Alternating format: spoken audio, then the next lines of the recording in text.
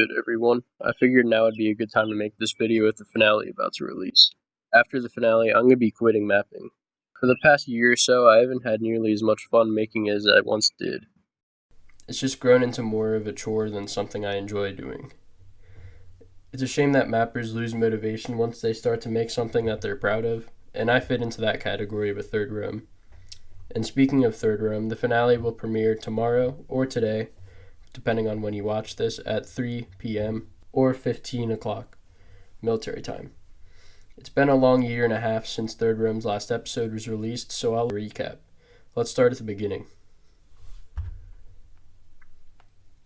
In 1855, Russia emerged victorious over Britain, France, and the Ottomans with the help of Austria. As a consequence, Britain and France made an alliance, the Entente. After Sardinia conquers Parma and Modena, Sicily aligns itself with Spain. The Entente gains more members in the Balkans through Greece, Serbia, and Romania. Prussia and Sweden, with similar goals, align with each other, but Prussia doesn't enjoy the proposition early on.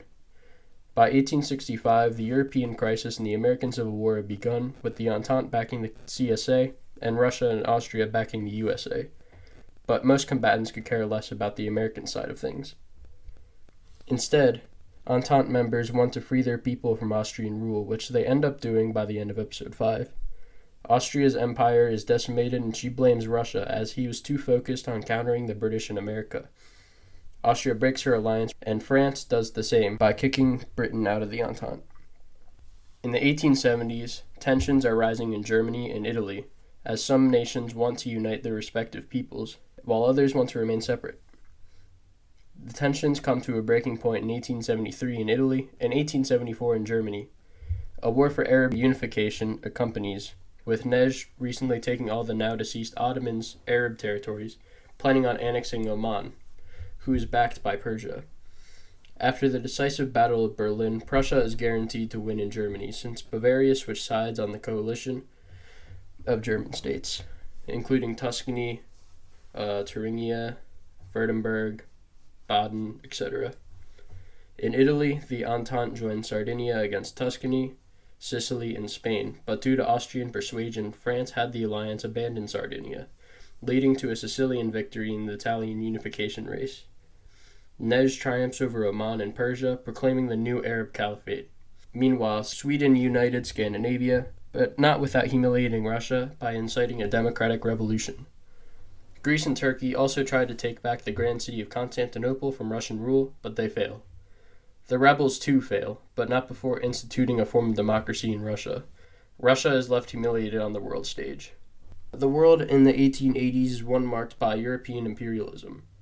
Many powers involved themselves in China's Republican Revolution, with Russia, Japan, North Germany, and Scandinavia on one side, and Britain, France, and the Qing on the other. In the end, every nation gains a colony in China, making the war an absolute disaster for the Qing. The powers of Europe then meet in Paris to organize a plan on how to divide Africa.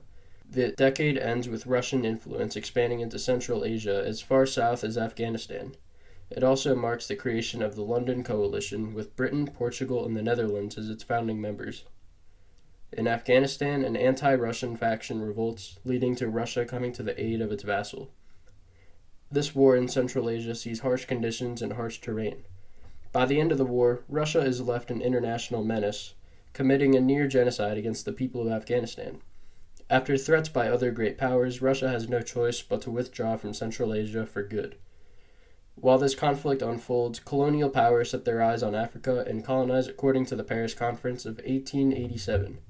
The Paris Conference is a resounding success, excluding outliers in Egypt, Ethiopia, and Somaliland, who evade being colonized. The 1890s, like the 1880s, has a bloody conclusion. Tensions between North and South Germany have come to a breaking point, and North Germany, convinced by its new ally in Italy, declares war on the South to unite the German people. North Germany comes close to taking Munich, but the Entente has narrowly defended the city in South German independence. America, meanwhile, begins its campaign to remove Europe from the Americas by declaring war on Spain. In 1900, the London Coalition declares war on Germany and America, coming to defend Spain and possibly free some German states that were once allied with the Dutch. Scandinavia joins the war on North Germany's behalf, which will be a big help for later. In Asia, Japan wants to take the opportunity to kick North Germany and Scandinavia out of Asia, seizing their colonies in China. The Qing say the territory is theirs, and another bloody war between the two nations begins. In 1901, North Germany reached Munich once again, and this time it won, leading to a South German surrender. Austria has failed and now must tackle a Hungarian rebellion. Hungarian rebels invade Serbia, who claim Vojvodina as its rightful land. Serbia sees this as Austria trying to invade their country without invading their country, and Italy agrees with the position. Italy uses the excuse to launch an attack on Austria. Despite Russia being allied to Serbia, he refuses to leave his period of neutrality and prosperity. In 1903, Austria comes close to defeat, with Italy capturing Vienna while Hungarians are still fighting. However, Austria manages to push Italy back with the 300,000-strong Italian army barely escaping to Germany. The campaign is a very close call and shows the precarious position of both sides of the war. Serbia fights for 3 hard years against the Entente, but loses in the end. After this, Romania is driven into severe guilt about her contribution to Serbia's death.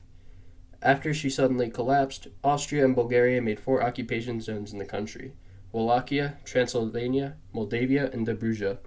In America, Theodore Roosevelt has won the 1904 election, leading to a second civil war, with the southern states feeling mistreated ever since the first Civil War ended. America is, once again, sandwiched between Britain and the Confederacy. Finally, Russia has finally joined the war for reasons to be discovered tomorrow or today. And that is all for the recap. Hopefully I covered all the big events that have happened so far, and if I didn't, ask in the comments. I hope to see you tomorrow or today, depending on when you watch this, at 15 o'clock military time or 3 p.m. in American units for the premiere of the finale.